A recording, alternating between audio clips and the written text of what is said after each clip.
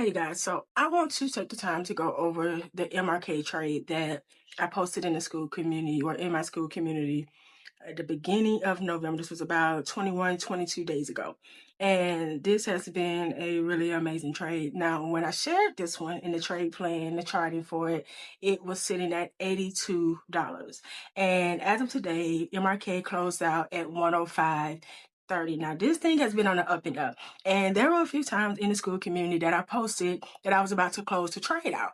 But I want to kind of look at, and if you're not in the school community, then this little part would be mostly for those who are, where I was going to close out the trade. And then I was like, you know what?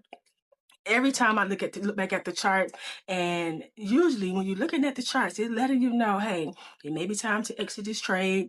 We're getting to a certain point, but I had a number of levels. But then I kind of came and went to a lower time frame just to kind of get a fresher look at some things before I officially made my move. Now, I had multiple contracts on this trade. The last 5 contracts that I just closed out was on today, and I'm going to go to the charts and show you guys why I decided to go ahead and come out, and then of course begin to look for another opportunity there where it presents itself. So if you do not know, Eli Lilly just hit the $1 trillion market cap space. All right, this is normally reserved for the big boys, which are in tech, which is Google, Apple, Amazon, Mag 7 for the most part.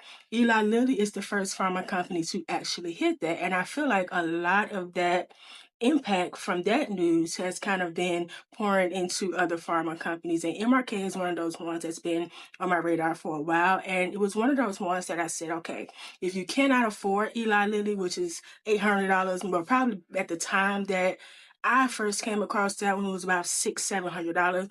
I said, let's look at this one. Let's kind of keep this one on our radar. And so this thing has been moving, and we've been getting some news on this one as well. So I want to go to the charts over on MRK, and I want to kind of look at some things, and I want you guys to really get an understanding of how understanding something as simple as breaking retest or retesting lower levels before you make a move on something, right? You can see something shoot up. You can see this massive momentum may come out of nowhere, but it takes a little bit of patience to let that thing come back and retest. If you're not familiar with like the fair value gap, or you may see it as FVG, this is just something that just say, hey, it may not be a actual gap where there's no price action there, but it's a massive candle there of momentum to the upside or downside. It is a high chance that they're going to come back, fill out all of that space, get a little bit more action there, retest